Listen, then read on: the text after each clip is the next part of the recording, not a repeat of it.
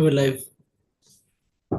Hola, Madridistas. Welcome back to another episode of Let's Be Real podcast. You guys know the drill. If you're new here, don't forget to smash the likes and subscribe to the channel.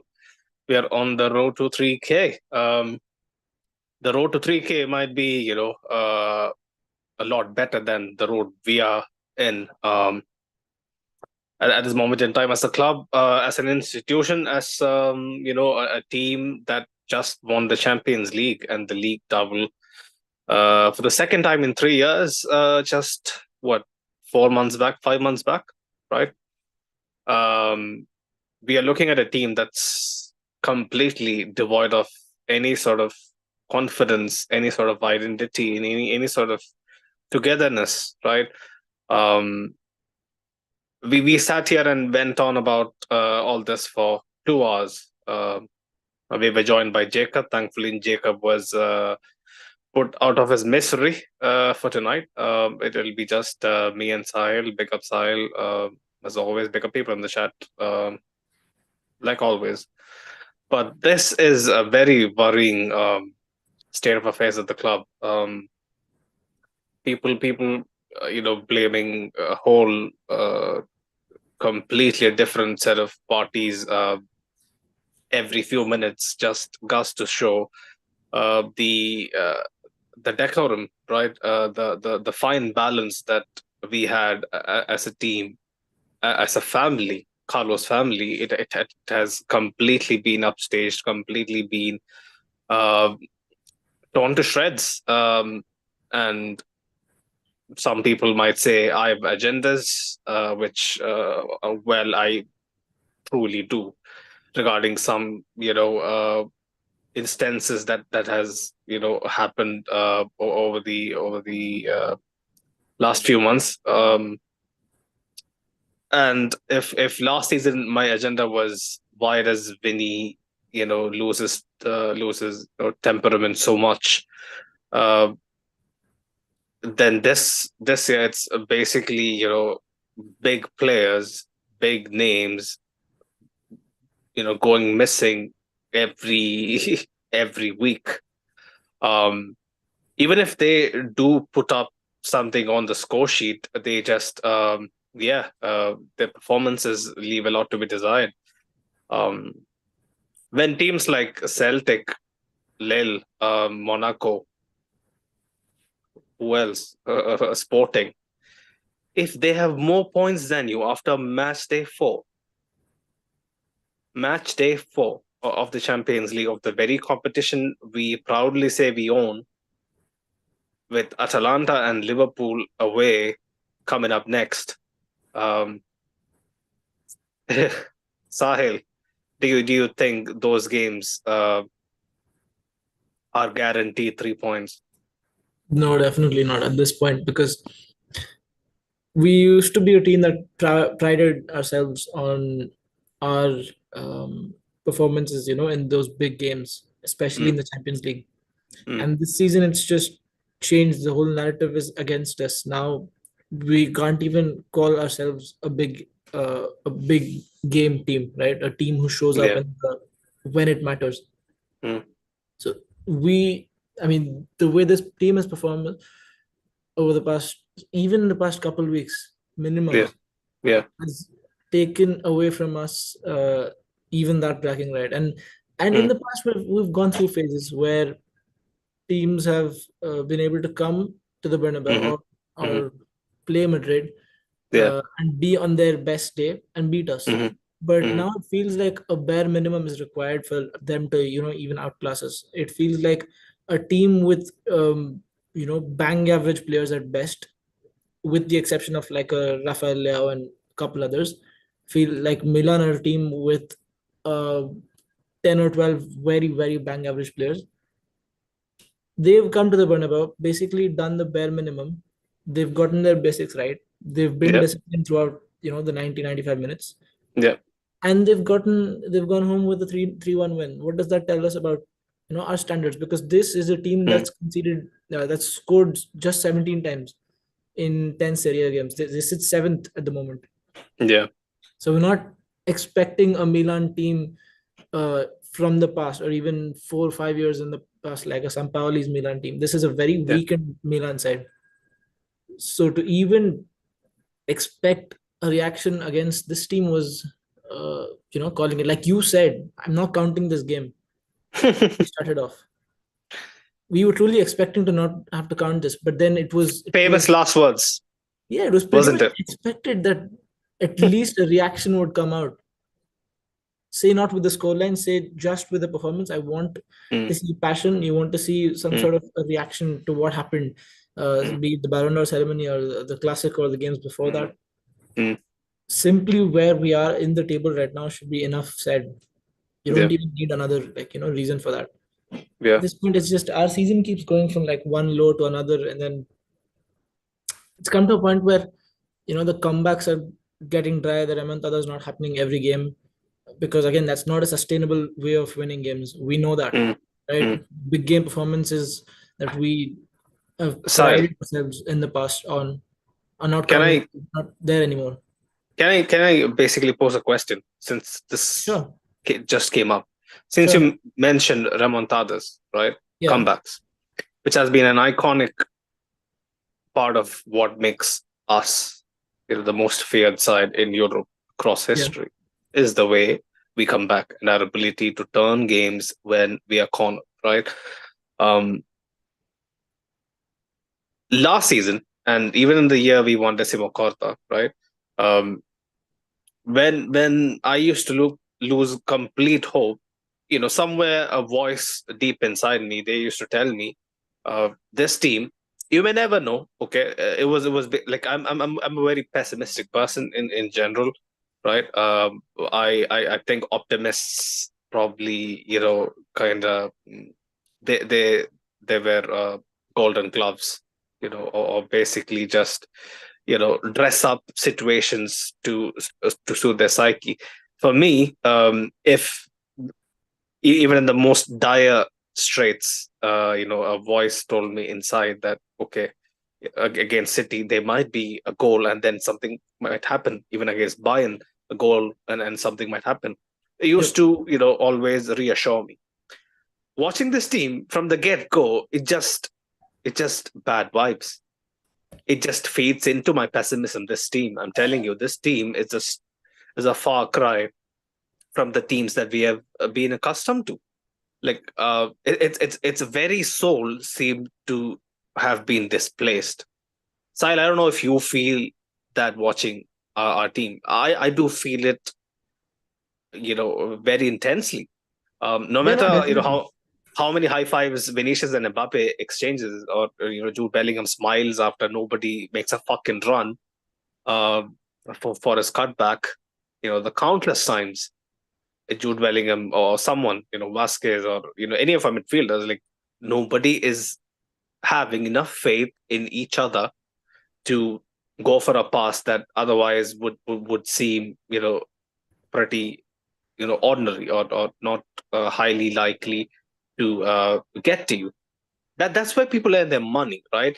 Mm, Gambling on the half chance that like wicked deflection, or someone just switching off for a quick second enables the ball to completely be in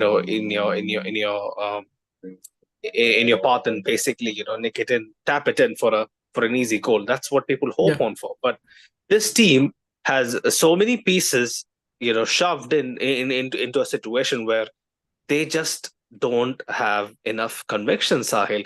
And and and a team that is so proud in the way we play, not pretty, but when shit hits the fan, we go for the juggler. We just seem to lack any sort of personality. And I true. think it's majorly not down to Carlo, not down to the way the recruitment has been. All that is true. Carlo has a bit of blame to uh, carry. I completely understand, but the components, uh, the way they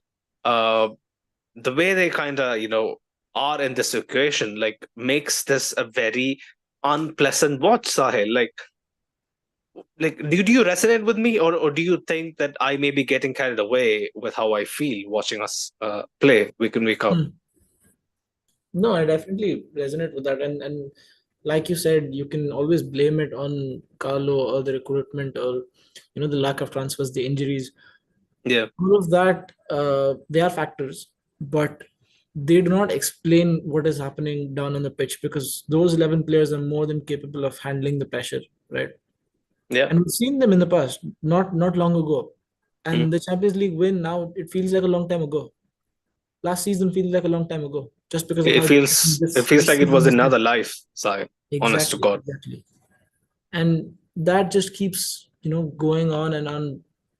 It's ruining our season, and it's forcing us fans to lower our expectations because of the way our players are down on the field are basically waiting for a miracle to happen without doing anything about it, right? It's And I know you mentioned faith, the word came up, and then this, I mean it's the same old analogy about the religious guy who expects God to give him a miracle, and he doesn't even show up for a race, and he expects it to win it, right? Or he doesn't even Yeah, start. yeah.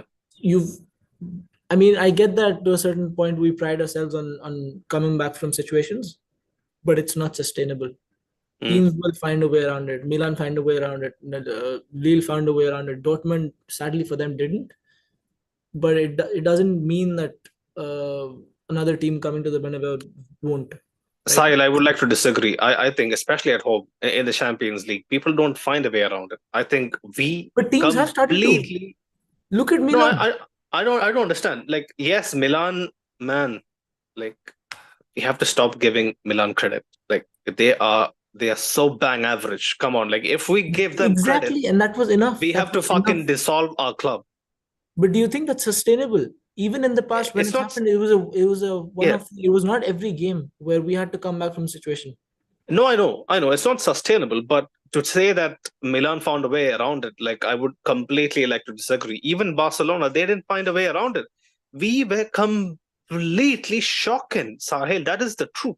Yeah, okay. I We mean, have to. whatever Yeah, they did, whatever they were, those teams, as I mean, respectively, as okay as they are, they whatever they were able to throw at us was enough to absorb us completely. that's how bad we are at this moment in time, Sahil. Unfortunately, even the most mediocre sides like Mallorca, opening match day, they could have won the game.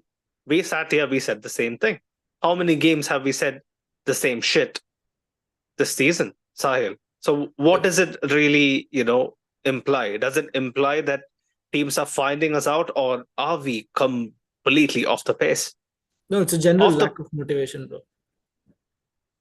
You can blame it as much as you want on everything else. I know some Yeah. people like to say it's a midfield problem. Mm, Reports came up that Carlo somehow out of nowhere, out of thin air, found out that it was a defensive problem, and then mm, obviously game after game the attack is being blamed. But yeah. generally, our problems seem to be evolving with every game, and we seem to have a new problem with every game. So that Mm. simply tells us that there's nothing that you can pinpoint to except the general, lack of motivation. It feels like we're watching a group of individuals, not a team, right? It's for some players it might be like the sense of pride of having achieved something uh last season, or in the seasons before that. And for some, maybe someone like Vinicius, the frustration of having uh the frustration that's built up to this Mm. narrative that's being built around him, and then the Ballon d'Or. There's so much that's going around in these players' psyches that the game itself, like, S- nobody's bigger than this game, man. Sahil, Even I'll someone tell you like something. Mbappe coming to I'll tell this you club. something. I'll tell you something. There you go. That's your answer. Like I don't know why the fuck people beat around the bush and you know don't really confront it. Is it so hard to say that out loud?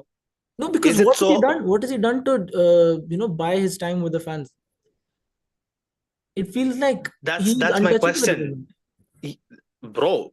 For the last post match, right? I used some pretty harsh words. You were here, right, on Mbappe, and people were Mm. calling me out. People were asking me like, "Are you a real fan? You're sitting at home and blaming someone who has done this year in year out, week in week out, all throughout his life. Who are you to judge him?" Not for my club. Whatever he's Sahil, done, he's not done it for my club yet. Sahil, Mbappe is the problem. Like, I really want to know. I really want to know, what is he blackmailing all these commoners with? What power does he have in his aura? I don't know, in his entourage. Like what really is preventing people from saying that him? Once he started becoming a part of this equation, the whole team has slacked off. Whether it be the setup, whether it be people pressing for each other, Sahil, can Yeah. you disagree with any of that? No, I can't, because it set the whole balance of last season's system of, right. We thought that it would be compensation for him sending Jude back deeper down into midfield, and then having Mbappe there, benching Rodrigo so many times. I don't even know if at this point if it's a fitness issue or if it's just him being dropped game after game. I don't understand why Rodrigo is on the bench. The guy seems so positionally confused, Mbappe. Like Sahil, half the time, I didn't read anything about Rodrigo being injured or lacking fitness. Did then he's you? just being dropped game after game. Did you actually read No, I anything didn't. I was hoping it was suggesting? something like that. I was hoping I didn't Right. have to. People in the chat, let us know. Yeah, if you No. guys found out anything regarding Rodrigo's recent omissions. Yeah, and Um, like I was saying about Mbappe, obviously mm, his finishing and his like his offside thing is a whole different conversation, and people can have that. But positionally, if you watch him, he's just so confused. Half the time he's blocking on the edge of the box, on the edge of the area, waiting for a yeah. pass. It's never going to come. Is he? What is he thinking? He's going to like attract a defender or what? Because that's simply not working. He leaves Vinicius too isolated, and then when he goes and tries to cover up on Vinicius' side, there's no player on there. I see Jude in the first half in the box, somewhere around the box, but Mbappe no box presence again. Vinicius towards the end has to go up for a header that, I mean, maybe he should have scored, but like I've not seen Mbappe get himself into those positions. I'm at a loss for words for this guy, man. Like honestly, and the But amount of but, people but Sunil, that's Sunil, into. tonight's performance is not just on Mbappe. Yes, in the bigger picture, he comes into play. It's not on Mbappe, Sahil, but if he puts out, like a couple of chances, puts away a couple of chances, Yeah, Sahil, definitely, definitely. it's a completely Because different we put game, him. It's not Sahil. like we've not put him through on goal, right? On countless occasions, he has found himself 1v1, right? How does a player of the parent so-called magnitude, so-called prodigy, so-called the higher to Cristiano's throne, right? When he gets into these positions, he makes shooting at the keeper seem like an art form. Like, honest to God, he just makes it seem like an art form. It's almost like, yeah, this is my objective. I'm gonna shoot straight at the fucking keeper. Yeah. I don't understand. I don't understand how that is acceptable. Name me if Joselu did this. Oh my goodness, guys, wake up. Send him back If to Stoke City. if Joselu did this for, let alone how many matches Mbappe has been doing this, like, let's disregard the matches that he has scored pens or whatever. Yeah, he scored one good goal. Like, I don't remember against which team. Very Sociedad. basic. So, was it The link Sociedad up. at home? Yep, the link up. Link up with The Jude one Bellingham. two. Yeah. Yeah. Yeah. One flash in the pan. Apart from that, all his goals were like absolutely fluky. The long ranger, we spoke about it, in length. The goalkeeper was completely off position. Like he was in no man's land. And this guy seems to keep getting away with it. Like, I don't understand. Like, people are defending him in the group chat. Like, Mo is my brother. Like, we've been doing this together for 4 years. We have had so many disagreements on like how our team is set up, or like what we think about a particular situation. But this baffles me, because Mo is not the only one who is on Mbappe's corner, and basically calling out the so-called Mbappe witch hunt. For me, Sahil, it's very, very clear, right? Like, I'm out of energy, out of any any sort of interest in stretching this thing Yeah. farther than it needs to be, because I don't really want it to be about him. Because come on, man, like if someone is putting in the effort, to change things, I would be, yeah, okay, right. If someone is giving me something for me to back him, like I would be like, okay, fair, right. um he can't quite gel well enough, I would say that, because it can happen, right. It has happened to the best of players, like so many great individuals, when they go to a new club, or when they are trying to adapt to a new system, shit never really takes off. Like, for some it eventually happens, for some it never really works out, and they're shipped out. But this man, being uh, like almost like a fucking, I don't know, organization, he's undroppable. Carlo, Oh, yeah. Carlo is forced to play him. He can't be taken off. He can get away with having stinker after stinker after stinker. How am I, as a fan, supposed to be like, oh yeah, like I can back him for that? I You can't can't. back him for that. No. Sahil, he gets into Because positions time and time again, and he does absolutely nothing with it. yeah, yeah, it's difficult to defend at this point. And I get where Mo is coming from, because he says that this performance is not just about Mbappe, the whole team collectively. I We can talk agree, about Tchouaméni, we Sahil, can talk about Bellingham, but it uh, starts with him, Sahil. It Vasquez at the ends end. with him as well. I'm really sorry, right? Yes, it's If difficult to defend Mbappe because he is the only, outright change between last season's team and this season's team. So it would seem that his presence has changed something that not that's for the the biggest component. That's the biggest component, right? yeah, And depends how you look at it. like, man, this shit now gets into a territory where uh, we have to basically, I don't know, judge the authenticity of what we hear surrounding the so-called lifestyle, and how much of a off the field presence Mbappe is, right. Hmm. This is my final piece. When you see guys like Chouameni give away a ball, we should talk about him, and this is coming right after this, right. His True. French compatriot. Have you ever seen Sahel Chouameni behave like that before? I haven't. Not last season, not the year before, not the bits that I've watched him in Liga. No, not for France. Yeah. Sahel, I'm telling you, He looks when you lost, look at man. The way he was at direct fault for that goal. We were criticizing him up until that point, and when we conceded that second goal because of a direct error from Chouameni, at that point I was at loss for words. Because he if it's was a direct jogging. error, it can happen, Sahel. It's completely normal. But you rush It's back. happening. He jogs back. That's the issue. You rush back, and you act as if your house is on fucking fire. You have to put it out. You act as if your That's the newborn kind is of about to die.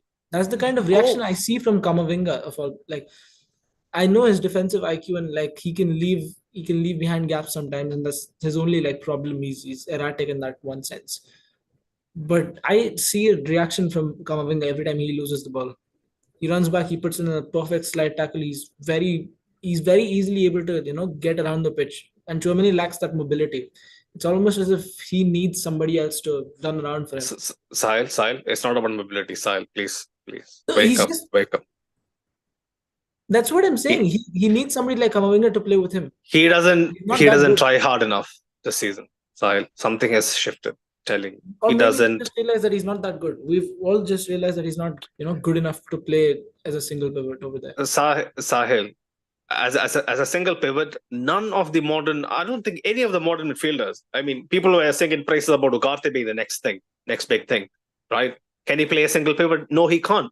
Rodri gets away with being in a single pivot because of Man City's system, and to a large extent, Euros is a one-off tournament, and in a system that is very very midfield oriented. So are you blaming the system or are you blaming Chouameni? I'm blaming not the system, nor Chouameni. I'm just saying the state of affairs at the club really needs to be looked at, because, man, I feel like, honestly, Chouameni doesn't exert himself enough like he used to.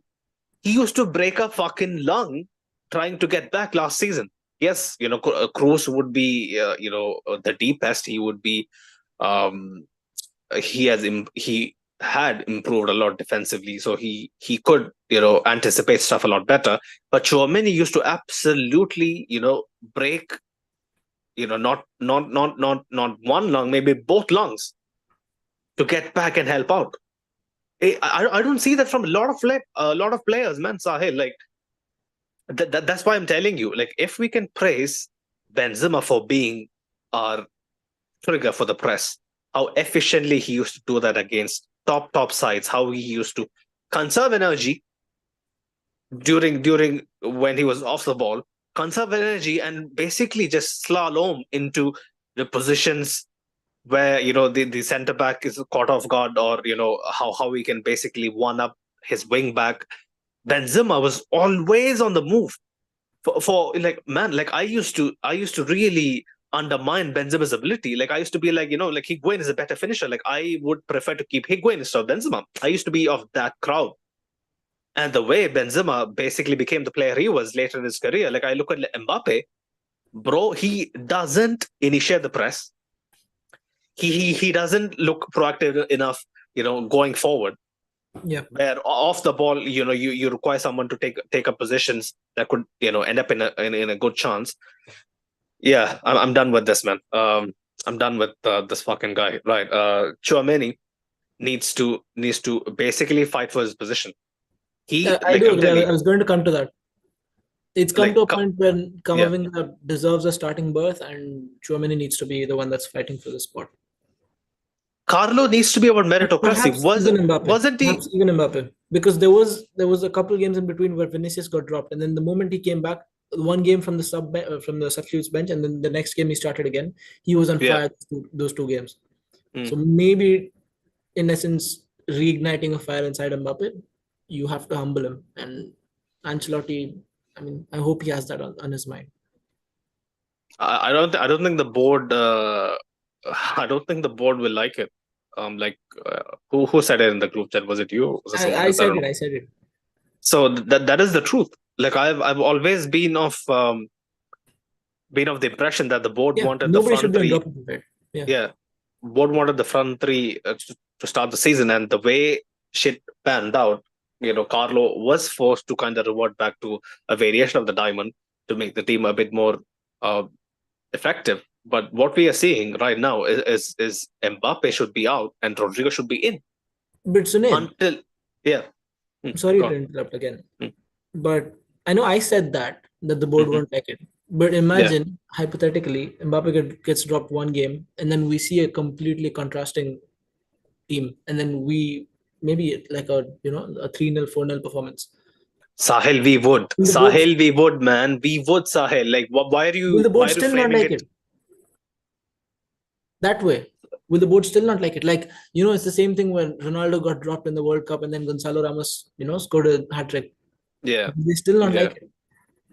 They won't like it. To the extent where, Results. We're like, supposed to be a it's. result-oriented, I club. know, but, man, the way our fabric is basically at this moment in time, he Mbappe is a massive asset. That, the longer he is left unhappy, oh my god, He's you not just know, an asset. yeah. At this point, he's a board member.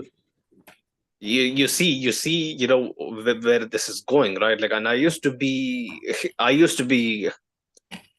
in denial.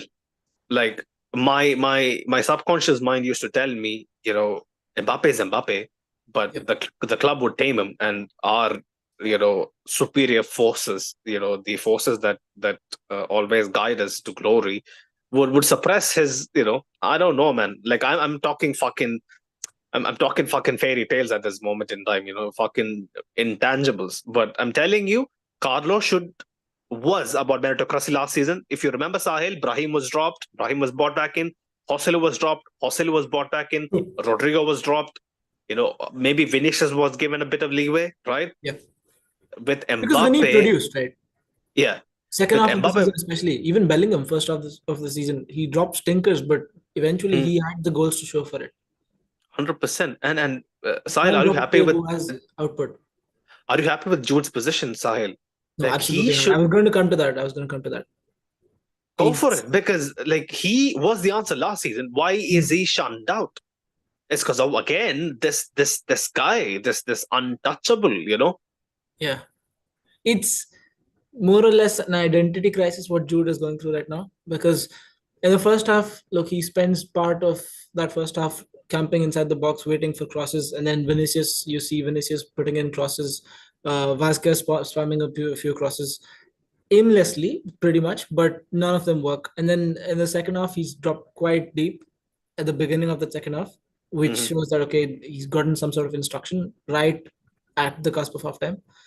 Uh, and then he started popping up in that how left half space again, trying to do a few flicks, one or Yeah, two passes that didn't come off. Again, his output and his end product, like again with that one finish that was, I think it was offside, and with a few passes like 5-7 yard passes that he couldn't uh put through. That was just disappointing because I know that there is a positional problem with Jude.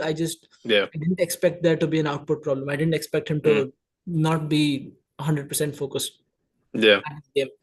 His touch and his end product was just those basic things you wouldn't expect a player of Jude's caliber to miss out on. Man, when we are playing He seven, got one. He Sahil, got right one time where right, Vinicius won the penalty. That was right, it. yeah, Link up with yeah. Mendy and Vinicius on the left hand. That was the most, man. That's the most textbook stuff. What a 1-2, man. Yeah, Like Jude exactly. And he Bellingham. failed. He failed at this very Yeah, same thing in the second half. yeah, So yeah. as much as it's a positional issue tonight, he was just off his game. Sahil, I think the But I do position has think that everything to do with positionally Jude Bellingham. he's in a crisis, like an Has identity everything to crisis. has everything to do with his constant, basically him being. I don't understand this fucking world, man. This world is corrupt as fuck, Sahil. This world Mhm. is the one thing that I wouldn't miss in my afterlife. Like I'm telling you, Sahil, it's so fucking corrupt that just put this into perspective. This man won you the double 3-4 months ago. Another big fish comes in, and all of a sudden, the big fish is put in an optimal position for him to thrive. Okay, not maybe the most optimal because some people Hmm. argue, oh, he's a left winger, right? But since Vinny is In the context of this untouchable, team, most yeah, optimal. yeah. When Vinny is so untouchable, right? Like who's the next man? Jude Bellingham.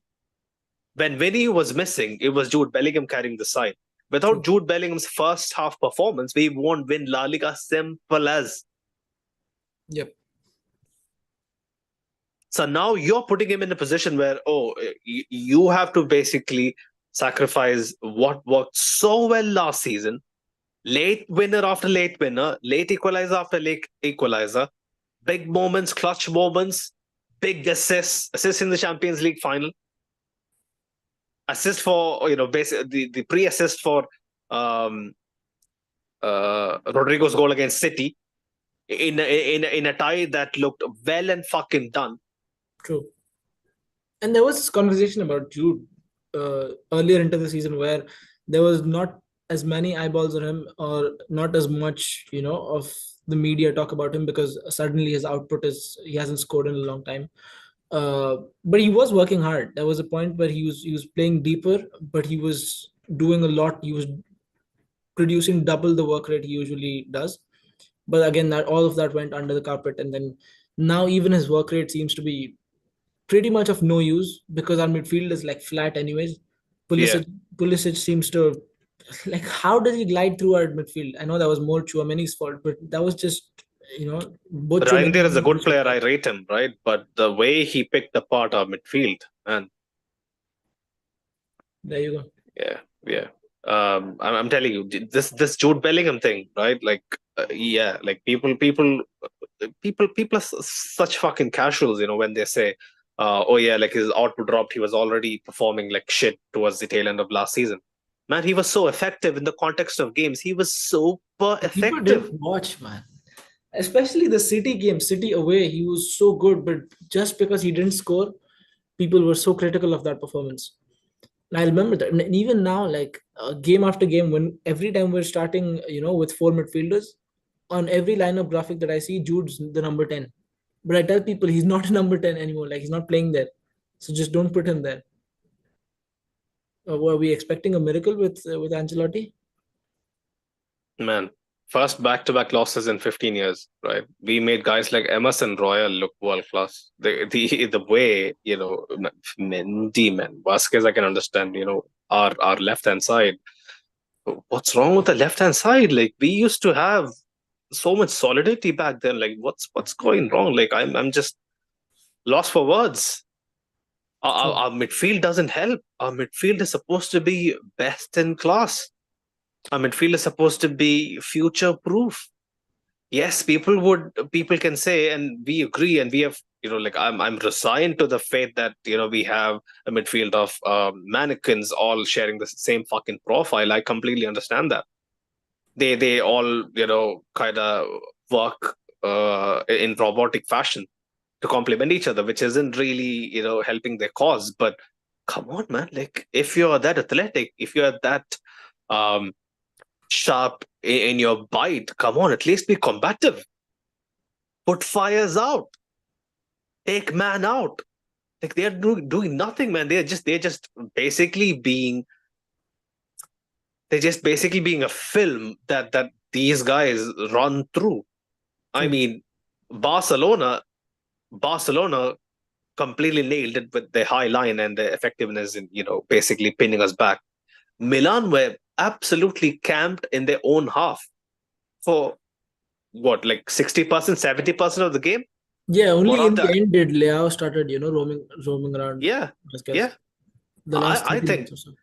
yeah, I think since the beginning of the second half, the intent from Milan was almost like a guy like Fonseca, like I've mentioned in the group chat. This man can't get a free fucking pizza in Milan, man. That's how bad they are. That's how bad Milan is. That's how bad Milan is, man. Like they have won just 2 games out of the last 5 or something. Like I don't know. Like they just have been shocking, right? And he comes to the Bernabeu, and I'm pretty sure at halftime he would have been like, you know what, boys, we conserved our energy. We took our chances, right? Like we are in a good position now. Go for the kill, and that's what they did. From the second half, they're like, of course, yeah, like Madrid at home, they're gonna come at us, but if we keep throwing enough distractions their way, they're Yeah, gonna completely run out of ideas, and because that's we what were eventually desperate. happened. From the 60th minute on, we were pretty desperate. We were going at it for the equalizer, and then Milan came right back at us, and they exploited the space that we left in behind. We were already playing it like it was, minute 85. And our fullbacks, Suned, it's become common practice now to Mm. talk about, to criticize our fullbacks. I don't think I've spoken well about Mendy or Vasquez a single time this season. Expect a certain amount of criticism every game. Yeah. Uh, man, it's pointless because the standards have dropped and it's not surprising anymore. Game after game, you say the same things. It's pointless. Carvajal is a big miss. It is a big fucking miss. Because to compensate for Vasquez's defensive inefficiencies, you have to have Valverde pinned down. And once Valverde gets subbed off at halftime, then Vasquez is a complete mess because Valverde is basically your first, shield, Yeah. your first line of defense on the right side. And basically, Jude is your, pressing engine on the left side. If Yeah. those two aren't playing where they're playing, then your whole balance goes off. And because those two are compensating so much for the others, Jude for Vinicius and Valverde for Mm. Vasquez, Mm. they're not midfielders anymore. They're compensations for the other, aspects of our team. I'm not sure if Luis Diaz scored a hat trick or something. I'm not sure if he scored a hat trick or did he score a brace or some shit like. But he's on fire. Feed feed Liverpool have done Vasquez well. to feed Vasquez to Luis Diaz. It's game over at At this Anfield. point, I It's think finito. I've come to the point where uh, I would like to see. Oh man, only if we had a capable centre back replacing Militao. But I would Mm. like to see Militao at right back again. I Mm. don't mind. I don't mind that he's rubbish going forward and he doesn't know how to cross a ball. I just want somebody. I just want a first-rate defender defending on the right side.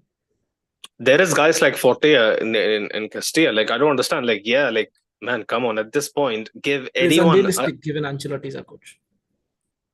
No, I understand, but come on, man. He has to look at the situation and take a gamble. Like he's taking I the hope, biggest gamble of his hope so. fucking career, basically fielding Vasquez in back-to-back big games at home, where his potential job is on the line at this point already in what fucking November in Madrid, off the back of a double winning season. Sahil, this is unheard of. This crisis, this level of crisis is unheard of. Like yeah, 22 fucking 22-23 was a bit shaky. We had a rocky start, and like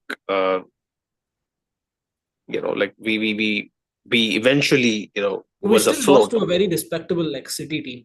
Otherwise, we would have gone and won it. UCL. 100%, yeah, 100%.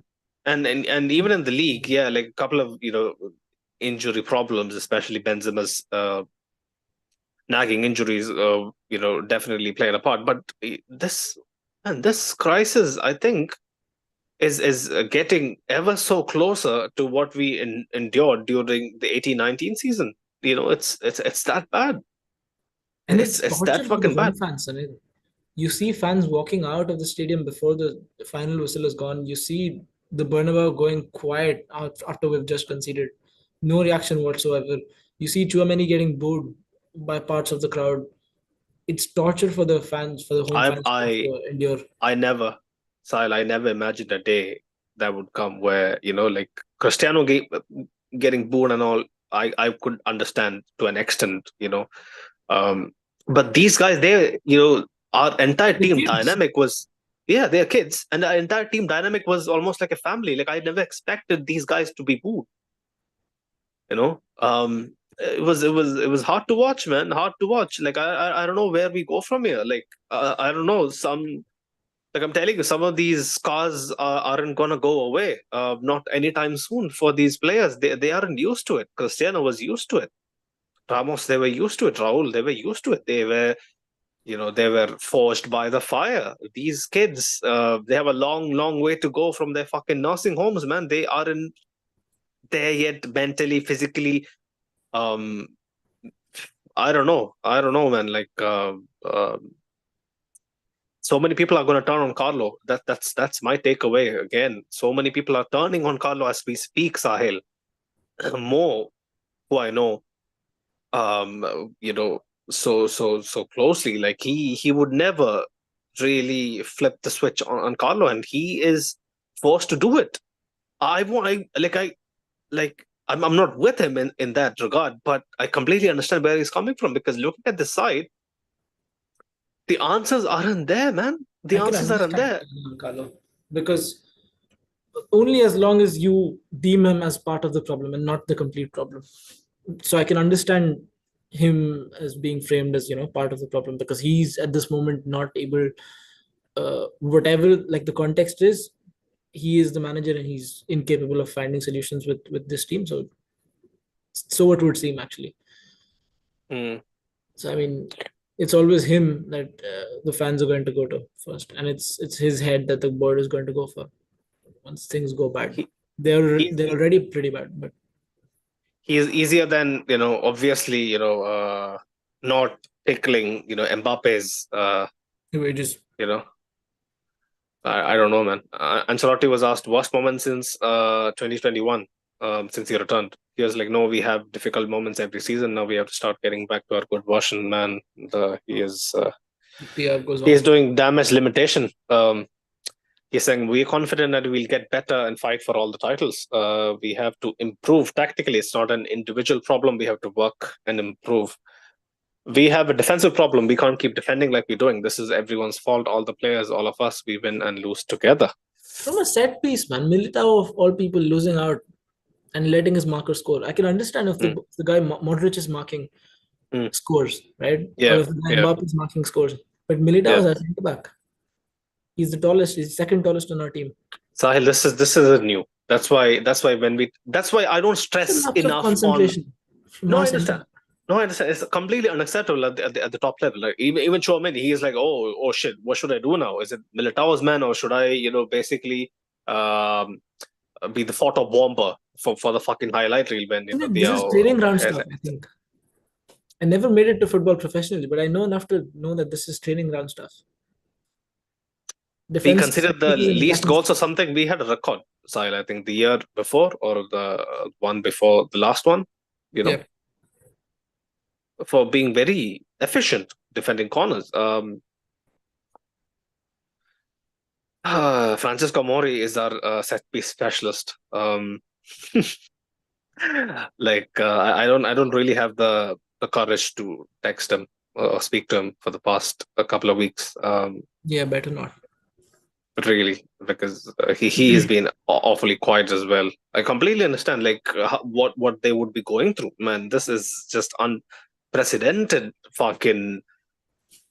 um that's the thing, Sahil. Since you mentioned the defensive side of the issues, Yeah. Sahil, when have we been super efficient? I mean, even last season, even the season we you know, won over the hearts with our solidity and whatnot.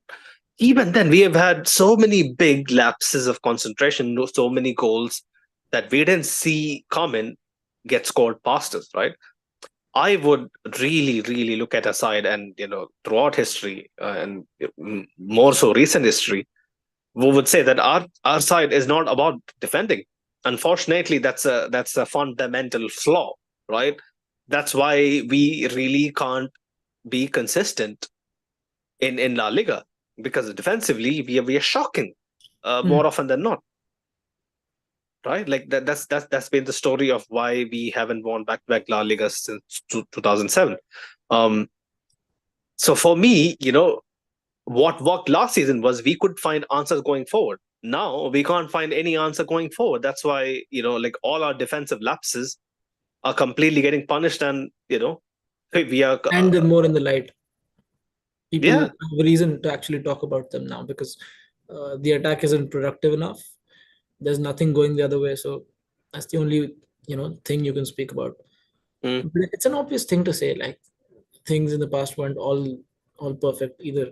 We've had yeah, the kind of defenses that leaked goals in the past, but I think nothing of this sort and nothing of this manner because the manner in which we're conceding goals, right? In the past, we used to get counterattacked, right? We used to have the yeah, ball for long periods of play, and then we used to yeah, get counterattacked, and that was our fault. That was a flaw that came with the system we were playing with. yeah, But the way we were going forward negated all of that. And even under Zidane, I think under Zidane we were pretty solid, man. And when you speak under Ancelotti, it was second always, stint. yeah. Yeah, When you talk about under Ancelotti, it was always going the other way was always effective. And you would think that with somebody like Mbappe coming into a team with already Bellingham in it, mm, things yeah, would continue the way they are. But again, you need absolutely do need a solid defense to you know uh, mount on a La Liga victory. And I don't think defending here refers to just the back four. It's a collective effort, right? oh, Speak of there you the go. the pressing. We're pressing very unnecessarily sometimes. Like it's suppose we're forcing the press. It's like Yeah, we don't have to, or we don't have the tools or the right players to mm, press with four players up front, but we're still doing yeah, it for some reason. mm, We mm, continue to do it. I don't know why. mm, It was suicidal against Barca, and it felt pretty suicidal in moments against Milan. Uh, I think Madrid teams of the past have pressed, but not to this extent because we know that if the first line of press gets beaten, then yeah. basically we don't have men in midfield. We don't have any. It's because Silas, because these players they don't have any idea what they're doing. That's why the press. It's you have to press in unison. Like Yeah, you're running around like headless chickens at some point. you're trying to force a turnover. Trying to probably. I'm pretty sure like all these players. Like in what 2024, these guys are hearing all sorts of murmur, all these buzz. Yeah, Negative buzz predominantly. They're hearing like there's a lack of effort, lack of desire, lack of running, blah blah blah. There was a stat that we ran like I don't know 3, 4, 5 kilometers less than Barcelona at home. So damn. you, yeah, yeah, yeah, and these all feed into the psyche of these players. So I don't understand. Carlo used to be so effective at the mid to low block. This team that he has set up can't execute it whatsoever. Like they really are no answers to how we can basically, man, I don't know. And it's like you said, turnovers, man. Yeah, Like forcing turnovers. the amount of no. Like that I understand. Us forcing Yeah. turnovers, yes, it should be a lot more, effective, right? But the way we give up possession, Oh yeah, the way definitely. we make it end to end, Sahil. You mentioned in the chat yourself, right, in the group chat, that we aren't really taking control of possession, slowing the game Not even down. for 2 minutes. We didn't have the ball for 20, 25 passes strung together with a guy like Modric on the field for 75 minutes. I get We it. There are played games into where he seems hmm, absolutely brilliant and he executes yeah, things that nobody on the field is, able to perform technically. yeah. But in a game like this, he's running shadows around the opposition midfield. Mm, It comes to a point where there's no point of having a fourth midfielder because a 39-year-old becomes a liability to you over the course of 75, 80 minutes. mm. And it's like this is just pointing out Modric's mediocrity at this point, in relative to how the game has evolved. But again, he's not the only one to be blamed for this, midfield. Again, I'll back my boy Modric, man, who has like who still at this age makes some of his peers look fucking average. Like I'll tell you, the way the system is and the way the team is set up, it doesn't amplify strengths. The guy who is 39, who is Yeah, I so do. well known, to basically pick the lock when you need it the most. But then He should that's be on put in a. Ancelotti. Not using Modric the right way is, to be fair, on Ancelotti. Let You me have to get to use a 39-year-old midfielder very, very selectively. yeah. Let me get a few of the comments quickly. Right. Big up Jagog here. Nice to see you again, man. He was mentioning I can't even speak, lads. Yeah, if we speak, we are in trouble. You know how it goes. Milan was mentioning, like I've been saying since the Super Cup, we have signed a French Lukaku, and Perez is going to force Carlo to change systems for a trash player. Now look at us worse than the Galactico era. Honest to God, it's going there, right? Like it's heading in that direction, where like we have all these so-called brilliant players who really don't know what to do with their with their game IQ, man. You I do pick up yourself, City fan, if I remember. And he's mentioning we are here for the breakdown. I hope you guys are fine, yeah, after the loss at Bournemouth, if I'm not mistaken. I hope you guys can, retain your Premier League title again, and then we can talk Hey, about. City, no, they lost to Sporting. Oh, they lost to Sporting again, yeah, yeah, Yeah, yeah, guy Chorus, the guy scored three. yeah. Yeah. Yokoris is on fire. Yeah, whatever, It was whatever. also it's a tough name. He was mentioning what happened to the revenge tour from Vinny and the team. Who is to blame? Why are people not complaining about Vinny? There are phases in the game this season where the right passes is to put Mbappe in 1v1, but he passes the ball back to keep possession. I really reckon, it is because he knows if he passes it to Mbappe, man, this guy's going to fumble it. It's a dead end. You know? Vinny knows So, for sure. Vinny knows whom to pass to and whom to not. He's after all these years of playing with yeah, Benz, yeah. he knows how to play with a strike partner for sure. The only people I wouldn't blame for today's performance are Vinny, Rudiger, and obviously Lunin. Yeah. Lunin kept us in the game. If not for Yeah. Lunin, Sahil, it could have been what, Saving grace, five, man. six, He five, was saving six. grace. Three, like, out of this world saves. I had my mouth open on the header that he saved, bro. That was insane. Obviously, the defense let him down Mm. with the goals that Yeah, he did concede. yeah, He kept like to an extent he kept it from getting worse. mm. And I know it's not the best scoreline to be talking about our goalkeeper's performance, but if you really Yeah, watch the game, you can see that, like, even in the way he was assertive in his box, that was a criticism that came from us after the Clasico. yeah. He came out and he was punching the ball away. And fair enough, man. He's There you really go. I mean, that's the whole another story, right? Where Lunin basically constantly steps up. Like, um, there was a period in time where I used to think, oh my god, like is he going to be able to handle pressure? Like, is he going to cost us games? Right? Mm. Like, whereas positioning was all fucking rocky. But look at it now. Like, he is basically keeping us in games where we have no right to basically be afloat. But yeah, the City fans antagonizing Vinny. I mean, come on, it's a tale as old as time. They would be they would be a bit After this week, they would, wouldn't they? yeah, obviously. I mean, Rodri winning the Ballon d'Or, not for the fucking Premier League that they've made the Farmers League, right? Wouldn't be for the Premier League win, but for the the Spain Euros or whatever. You can parade that all you want, my friend, because Rodri won it. Yes. Let's see when the next City player wins the Ballon d'Or, right? Like, Might as well, actually.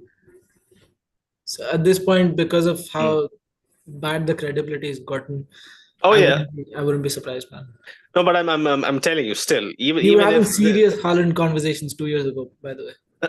yeah, yeah, I know, but like, even if the whole fucking committee kind of leans the other way, let's see when City wins, when an actual City player, when they are, if someone from their side won the treble and won the Ballon d'Or, I would understand. That makes complete and honest Mm. sense, right?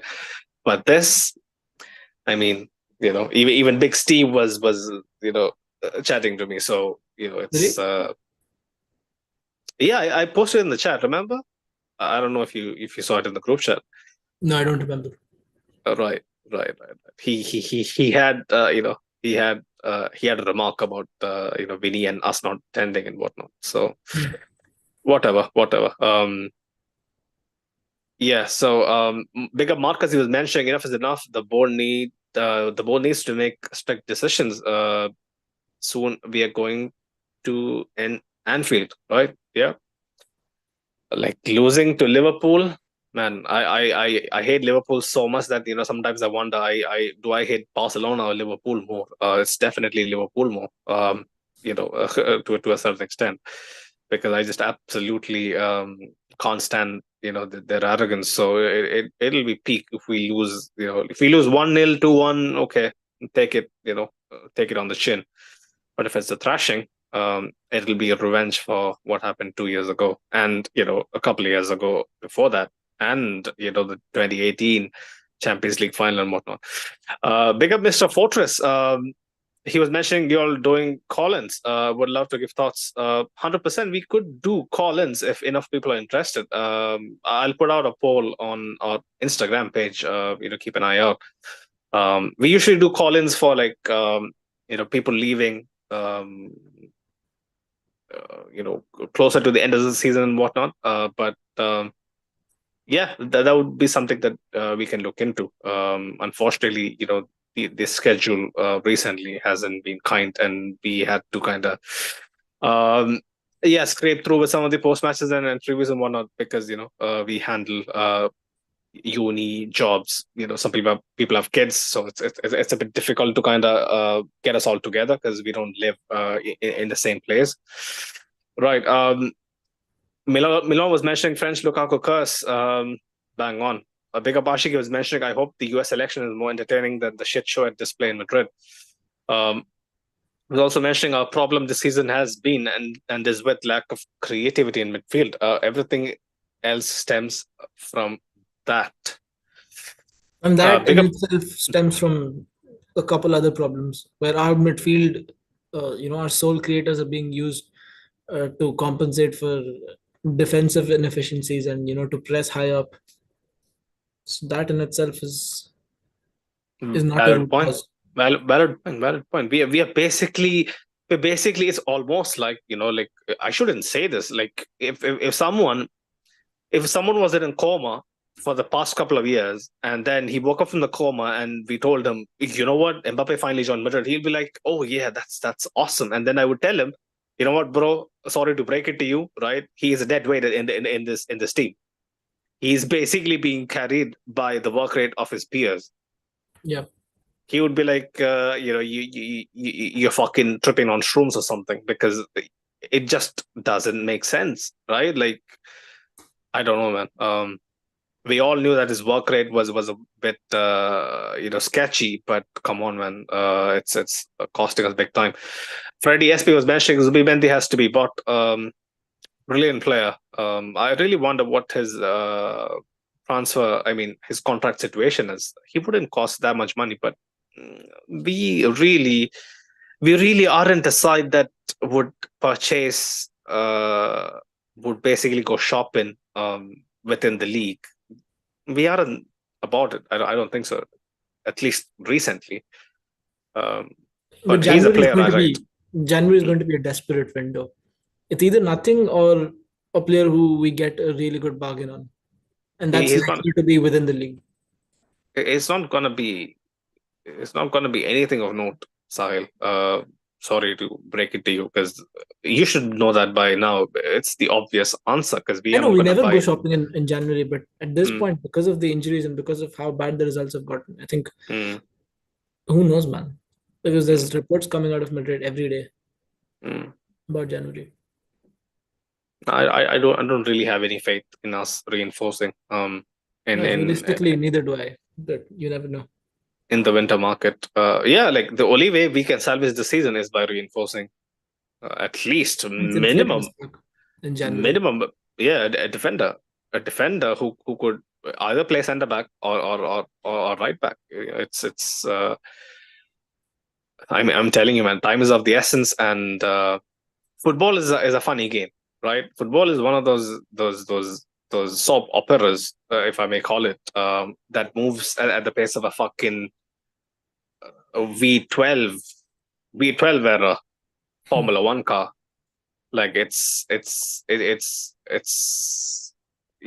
gone by you before you even have a chance to recollect what just happened. So it moves on quickly. If we don't react, and if we don't correct this very obvious glaring issues, we're going to be playing catch up with a side that is clearly overpaying their players, clearly lacking any sort of identity, clearly lacking the profile for in order to play some.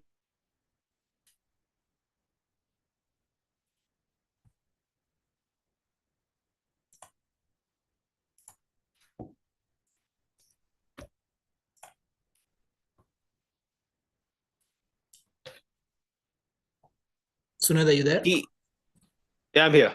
Can you hear me? Okay. Yeah, now I can. You went off for a bit. Oh, okay. My bad. Ashik was mentioning Mbappe is a problem, not the problem. I understand, but Yeah, he, for same with me, is the Connor. most. Yeah, but I don't know, for some weird reason, maybe it's my agenda that's fueling this, but I do feel like he is the root cause. Like, I just can't, shake that off from my conscience. I just look at this team, and I feel like he is the one causing all this ruckus. I don't know, man. Maybe I'm just too emotional, watching our side, put in shit show after shit show after shit show.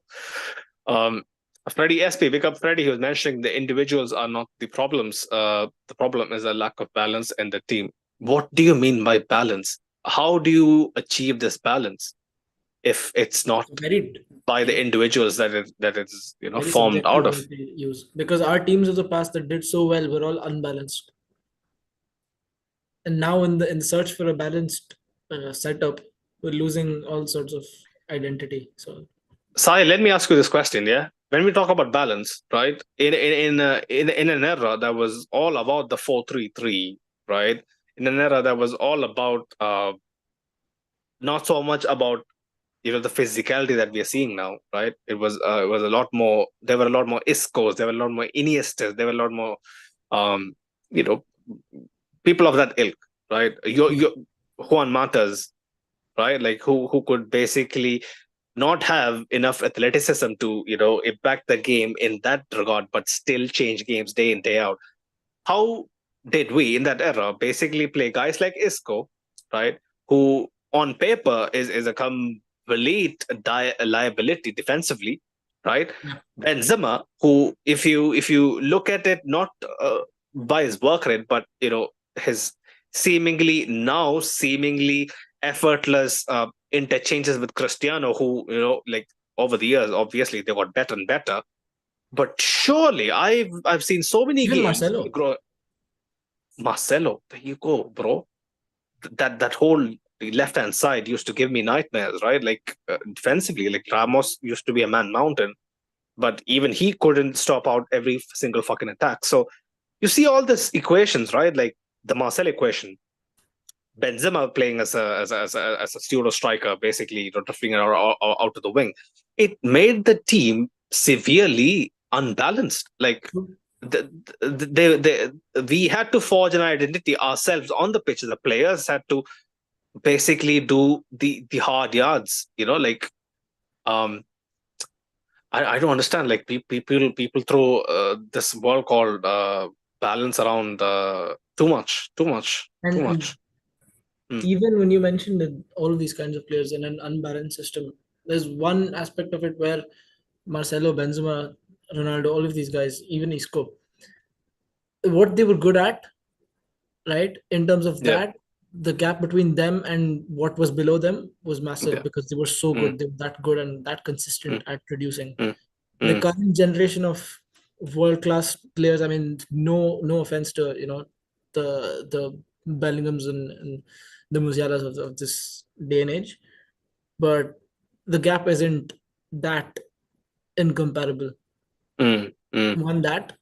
Yeah. Number two, if you're talking about specifically Madrid of the past, I think we Zinedine Zidane, he was a much better tactician and a much better problem solver than people give him credit for.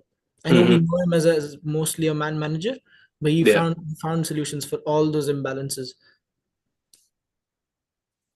So Valid point. Valid yeah, point. yeah, Valid point. I mean, the ISCO basically taking center stage was something that I was never prepared exactly. for. So It to, just. to to negate for an Isco or to negate for technicians like Modric and Kroos, you need to have a guy like Casemiro who was ready to do Mm, the dirty mm. work basically. Yeah. Yeah. Yeah. And the guy who's supposed to do that in our current team is just he keeps disappearing game after game. I just without Chouameni in his best form, I feel we will never hit the supposed right balance that we're That's ideally. also another fundamental issue that we have. We don't have an out and out six. It's a dying breed. We really have to maybe look at some of the So, older which is heads that. why the Rodri rumors resurface every now and then. But I don't think Mm, there's much truth to it so yeah. far in this. But yeah, That's the thing, like, and also like people tend to forget again the amount of work rate Cristiano and Bale used to do. Bale used to hug Carvajal on so many occasions. They used to be basically, uh, hugging each other defensively at times. Like I used to wonder, like why the fuck is he, so deep in our own half? Like that's how committed they used to be for them to work. Like, like Vinicius would be, to an extent willing to do that for Mbappe, but would Mbappe do the same for Vinicius? I doubt it. I doubt it.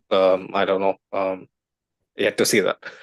Right. Ashik was mentioning Rodrigo was an injured. He was before the Clasico, but he came on in the Clasico, so no, he was an injured. Mr. Fortress was also mentioning Fede has a back problem, by the way. Yeah, yeah, yeah. I read about that. no worries. Ash, I mean, no one does. obviously, I mean, it's not surprising that he has a back problem. He has been No one fucking does. No one carrying does. this Because midfield because I was for. surprised that he was the one to get subbed off and not Modric at halftime. Yeah, yeah. He's been carrying this midfield. Obviously, he'll have back problems, right? Like, it's understandable. Asha was mentioning Mind Mbappe's blowing. biggest issue is that he is trying to play the same way he played for PSG, where he got to cherry pick. Here he needs to help out in the press. Man, the chances, like I understand it, it's not like XG 1.0. What Mo was pointing out, name me one clear cut chance we had. But man, like we shouldn't be about creating the perfect chance. The amount of ability, talent, and cutthroat mentality these guys showcased throughout their careers. Like, we shouldn't be putting them on a silver platter. They should be able to do their talking with their fucking feet. Like, it's a bare minimum, man. It's a bare minimum. You're 1v1 with the keeper, put it either side of the keeper. It's not rocket science. We're not asking to nutmeg Mainan. Mainan is a quality keeper, but I swear to God, Sahil, Mbappe earned him the man of the match award. Would you disagree with that? No. In fact, Lunin had better saves than Mike Maignan, but Mike Maignan was a fucking clown. If Rudiger's goal stands, he looks like an absolute, knobhead. Anyway, I'm just fucking fuming. Mr. Fortress was mentioning, please do call-ins. I need to scream at some people. 100%. Mr. Fortress, reach out to us on our Instagram page, and let's see if we can get you in even without a call-in. Right. Ashik asks him basically if screaming at people will solve our problems. Mr. Fortress was also mentioning, I'll solve my problems, never said that it would help the team. So he's pretty biased, but still being far too nice to the players and the manager. I'm biased, yeah. I never shy away from the fact that you can yeah, justify it. Yeah. I clearly have a bias against Mbappe, for instance. I have a bias for Rodrigo. I wouldn't slate him as much as I would slate any other player. But it's all circumstantial for the large part, right? Like, Mbappe, from the get go, I didn't know how to root for him, right? Like, I wish and hoped it would make he would make it easier for me to root for him, Right. but he hasn't really given us much scraps. Mr. Fortress was also mentioning I was against many of the signings, including Chouameni. He never was a 100 million player. He's a 30 million player playing like a 20 million player, should be starting for Betis. Man, I don't know, man. There was a good player in there. We saw it last season. Like, if it's Kroos's, invincibility, man, Chouameni is a great asset to have for any side. The strength he possesses, the athleticism he has, his aerial presence is all great. Like, but something has gone awry this season. Right. Big up Moon, he was mentioning with Vasquez at right back, we can't win anything. And most of the goals came from that side against Dortmund, Barcelona, and now Milan. That's true. Gerald, big up Gerald Allen. Hope you're good, my friend. He was mentioning Carlo doesn't have any tactics, relies on individual brilliance to bail the club out in the Champions League. And also, he got exposed against Barcelona and Milan, who are the European giants. About time we let him go. I don't understand. He has to bear a bit of the blame. He has to I'm pretty sure Sahil, like, he wasn't the most he or his side, Davide and Francesco. I've mentioned this before. They basically make the the major gist of the plans that we see in our team nowadays. But Carlo proves them, right? So my thing is, Carlo clearly has a lot more say than the young ones like Francesco and Davide, who for all what they've won 3 Champions Leagues. They have fought off Everton's relegation battle a couple of times. They've done their fair bit of homework in getting to where they are right now, and they are fantastic individuals. I know Francesco personally; he's one of the best people I've met in life. He's such a sweet person, and he has a very keen eye for the stuff we miss. I mean, probably it's because he does this for a living. But even if that wasn't the case, he just has an innate attention to detail for something as mundane as basically how to counter a set piece, or how to basically turn a very bad situation in during a set piece into something more fruitful for the team. Like, these guys, they wouldn't have enough voice as to who to drop. I don't think so.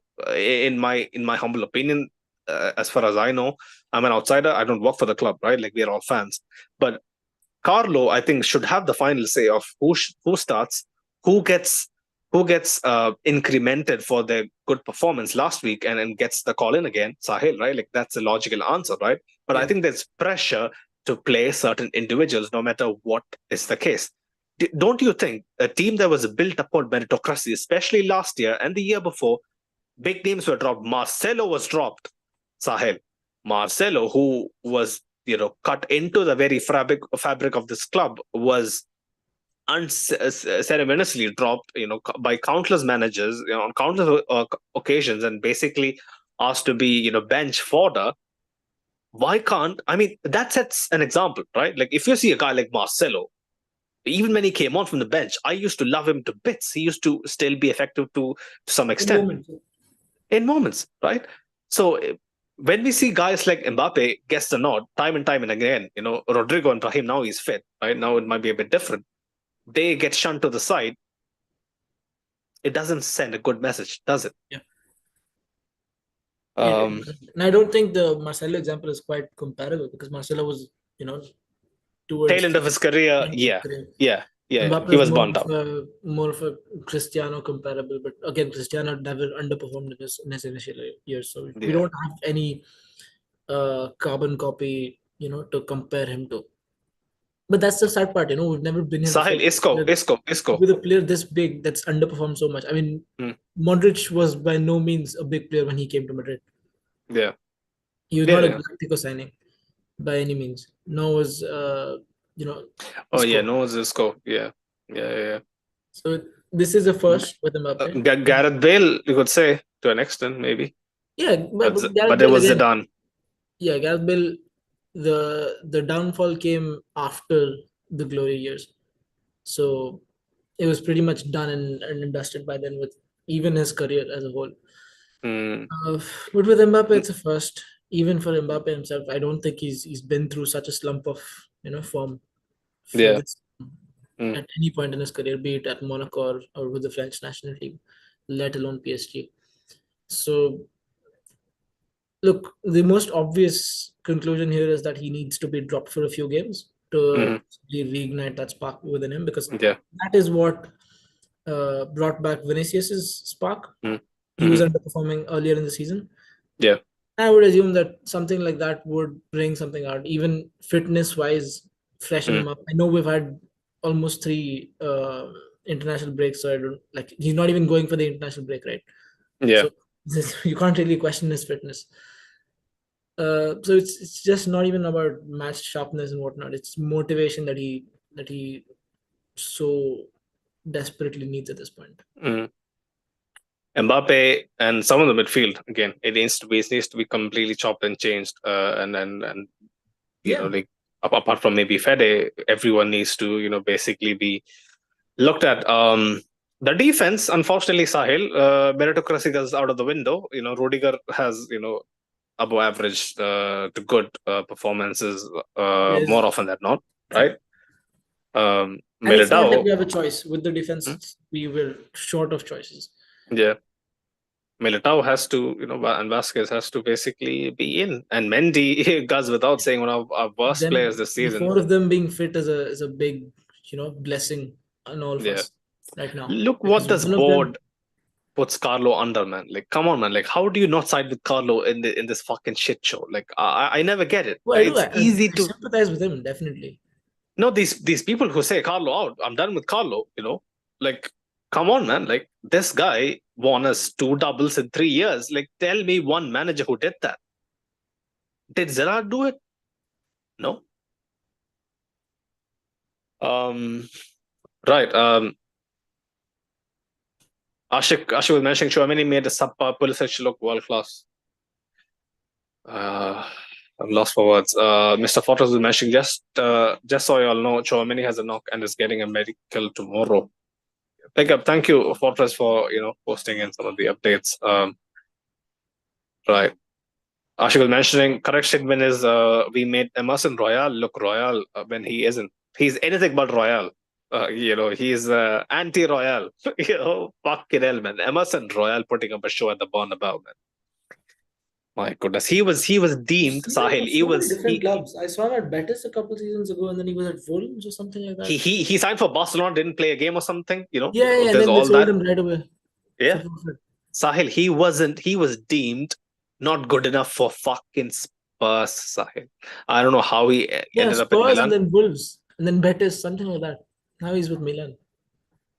Big up Gerald Allen. He was mentioning, don't call other club players subpar and bums when you guys have the biggest bums in the team. No, that's Oh, true. probably a City fan. Yeah, fair enough. Fair enough. Fair enough. Um, City can boast a few, good gems in their side, especially as of late. They don't shy away from spending 200 million on defenders. It's just the way, because Ashik was mentioning Pulisic is subpar. I just called him subpar. What are you going to do about it? Five more. Oh, he's a Milan fan. Oh, okay, he's a Milan fan. Fair. He wasn't a City fan. He's a Milan fan. Man, I have a soft spot for Milan. I've mentioned it so many times, yeah. But I'm very sorry to break it to you, because we are in an absolute rut, and you guys capitalized. Big up to you guys, but you're light years away for even challenging for the Champions League spot. And wake up and smell the coffee. Um, Sahil, you have something to say? No, no, no, no, nothing. Right, right, right. Luck doesn't work every time, though. He was mentioning Pulisic has been better than your so-called Galacticos front three. Okay, that's Really? true. I mean, Pulisic has always, outclassed us, and every time he's faced us, even with Chelsea. Yeah, with Chelsea, I know, but That Pulisic is is such just a bang average player. But apart from that, what does he do? That's LeBron James of soccer. in the context of this conversation, he would argue that that's all that we had to do, right? Like we faced you guys and we got the job done, Yeah, of course. That it makes sense. right? Right. Okay, I think it's a full-blown argument between Gerald and the boys. But take it to But yeah, I mean, Instagram, Milan. guys. What was that? Sorry. Take it to Instagram. Right, right. Let them fight it out. It's a healthy conversation. Um, but yeah, big up Gerald and big up Milan. I mean, they had to, do what they had to do, and we had to basically take the L and call it a Yeah. day. So many problems that hopefully irons itself out. And the one thing is very clear, and it's our most you know concerning one. Sahil, is that the clock is ticking for Carlo, and ticking pretty rapidly. Yeah. He, how do you think he turns this around? I think he has to be really brave, really bold with the kinds of calls he makes. And I know it's easy for people like us to sit here and say that, oh, Mbappe should be dropped, or oh, the system should go back to the diamond. But these are calls that will gather a lot of attention from the media, that will, if they go wrong, gather a lot of criticism from the board, and then the patient, it wears even more thin. Like if you Yeah, lose without Mbappe in the team, yeah. then it's basically game over for him. But I think there's a good section of the fans that are still siding for him to stay, and work the situation around. Hmm. I sure do consider myself one of them. So I mean, patience is key for us Madrid fans here. For Ancelotti, it's just, the thing is, he was used to starting off the season with one team and then continuing with that. This season, it just seems that he has to find a new solution for a new problem every other game, Yeah, and that lack of just stability is down to the players more than anything. That is not something that is in his control. He cannot be expected to play the same team over and over again with a mm, schedule like this, with players as fragile as we have, with so many injuries, right? So there's not so many factors in these conversations that Carlo can control, but at the end of the mhm. day, it's going to come down onto his shoulders. Sad truth. Valid point. Very very good point that I would like to add a bit more to that. The Carlo way of adjusting to crisis adversity is basically evolving his side all throughout the course of the season. like we saw last year. We had a Ferrecho mini pivot, then all of a sudden Cruz became the holy answer. Jude Bellingham playing 10, playing striker, moving out to the left, all But there's that, no one yeah, problem, one yeah, solution at a time. This is yeah, everything going wrong together. yeah. This is uncharted territory. These are, Deep, deep. unprecedented. Yeah, deep, deep waters. And Cowhell's injury doesn't help one bit. That's a huge part of our game. Switch to Cowhell, diagonal to Cowhell to escape the press is a go-to, man. We don't have the get out of jail card. Like we miss Cruz. Cowhell is another big component of the side, and the board has to help him out, because the season goes on, and then we scrape through, playing the fucking playoffs. May God help us with that. If it gets to that, because Atlanta, when Liverpool away, is not gonna do us any favors, does it? Um, so if the board doesn't help, and you pin it on this pensioner, who has seen it all, done it all, I would really question, what goes into our HR department. Like, what does people really do? I know, Perez and the board has a tendency of throwing managers under the bus all throughout, the course of their tenure. But I really hope they show some gratitude, show some um, togetherness, and faith in Carlo, and really, basically give him a full authority to, take some drastic measures. And drastic measures, I reckon, are the only way forward for this team. If we are gonna be all, chamchas, and all about the buddy buddies, man, we are gonna go We're doing down. that. Yeah, we go down a hole that we will take years to climb out of. Now we have a reputation, although it's getting tarnished by the minute. We still have a reputation to, uphold, and I hope, the management and the players, they wake up, man, and wake up fast. Because people all around us are losing energy. People going to the stadiums are losing energy. People they're talking about the team are losing energy. People following the team are losing energy. Everybody is just. You look at Carlo; he just looks like a fucking ghost. I'm telling you, and I've said this throughout the season. This season, especially, the bench has a very, very bad look to it. The body language isn't right, and it's true. Something is happening behind the scenes. I really do think something is happening behind the scenes. Probably uh, misunderstanding in some critical decisions where, the the hierarchy doesn't hierarchy, and the ground level people, Carlo and his boys, they don't really see eye to eye, or some shit like that. Because yeah, something doesn't quite sound right. I hope, So this on the club, like basis it. of all that, Sunay, just Mm, one yes or no. On yeah. the basis of all of what we see from the outside, do you think Hmm. Carlos losing, starting or beginning to lose the dressing room or no? He is starting to lose the dressing room. I do feel like, and I've said this, um, starting days, early days of the season, that um, what I see on the bench isn't very convincing to me. It had a completely different outlook last year. I don't know why. It might be just me looking too much into it and trying to read between the lines that don't exist. I don't understand at this moment in time. But Sahil, I do think he's starting to lose his grip. What do you think? I think it's more the club starting to lose faith in him than the Mm, players yet. mm, Uh, there will come a time soon mm, enough if these performances continue, and we mm, continue if we continue to see the same evidence that we've seen these past few weeks, the same kind of body language, the same lack of reaction, the lack of motivation from these players, mm. then something comes through. Okay, the the motivation that is being imparted on Yeah. Carlos' behalf isn't quite coming through the right way, or isn't quite reaching the players the way it used to in Hmm. a couple of seasons. Then I think I can start sort of say these are still relatively early days to have that conversation. But yes, the club is starting to lose faith in his position as manager.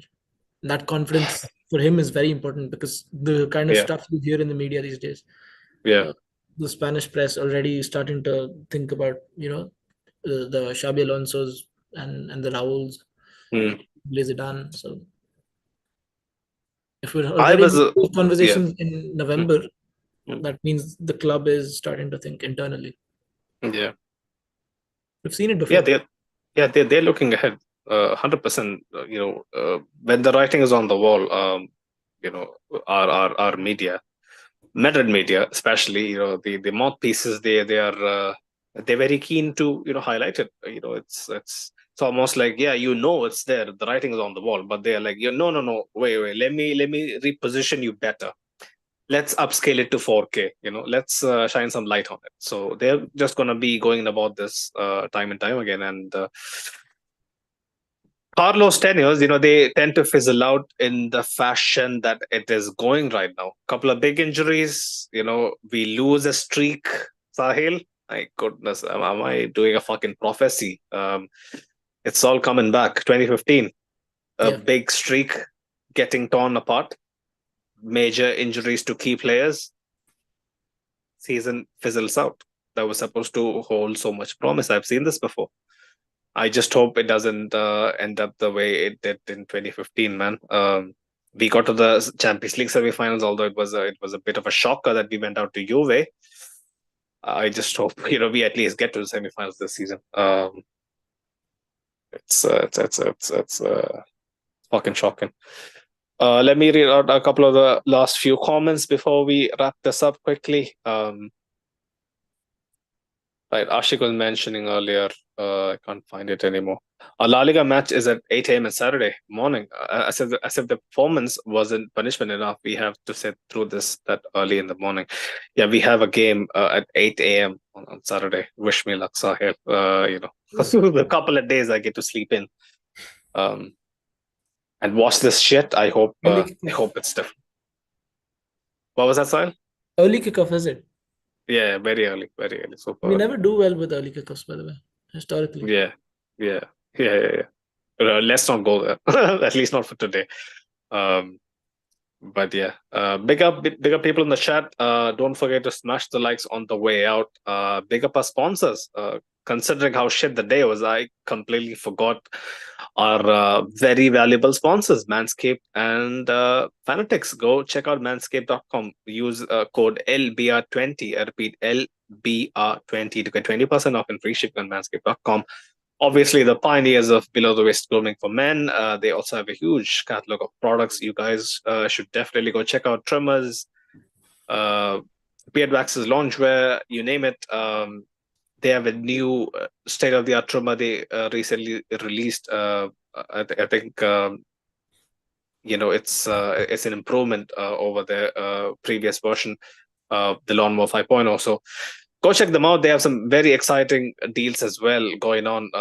With the holiday season approaching. And also go check out Fanatics, official partners of Real Madrid and La Liga. They have one of the widest collection of apparel, ranging from NFL licensed mark, the Premier League, Syria, NASCAR, you name it. They also have some autographed stuff signed by players.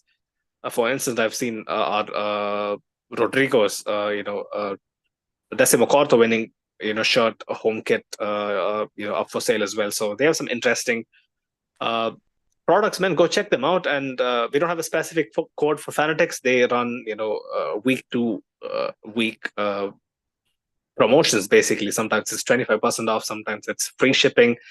Um, Check out the code over there. But if you're gonna, buy something from Fanatics, use our affiliate link, so that they know you guys came through us. And yeah, man, show our sponsors some love. In turn, they show us some love. And again, I would like to thank our audio listeners. Obviously, goes without saying, the backbone of what we do. They have been our constant support over the last 3.5, 4 years. Um, what makes the sport what it is it's because this is a two-way street, and we get to have conversations in a civil manner without really getting personal. And we would really appreciate any feedback, positive, negative. Keep it coming. Um, keep an eye out for Sid's fan cams as well. Sid and his boys are working hard almost every home games and even some of the away days. Unfortunately, we were set to cover in Valencia, but we couldn't because of the floods. Obviously, thoughts go out to people who were affected in Valencia. Keep an eye out for Sid's fan cams. We'll be getting some instant reaction from the people outside the Bernabeu regarding this game, and I'm pretty sure they wouldn't be pleased. And as usual, keep an eye out for the preview for Osasuna. Is it Osasuna at the weekend? I Yeah, I think it's believe so. Osasuna. Yeah. On probably on Thursday, usual time slot, and yeah, people. Until next time, Ala Madrid. Real Madrid, guys.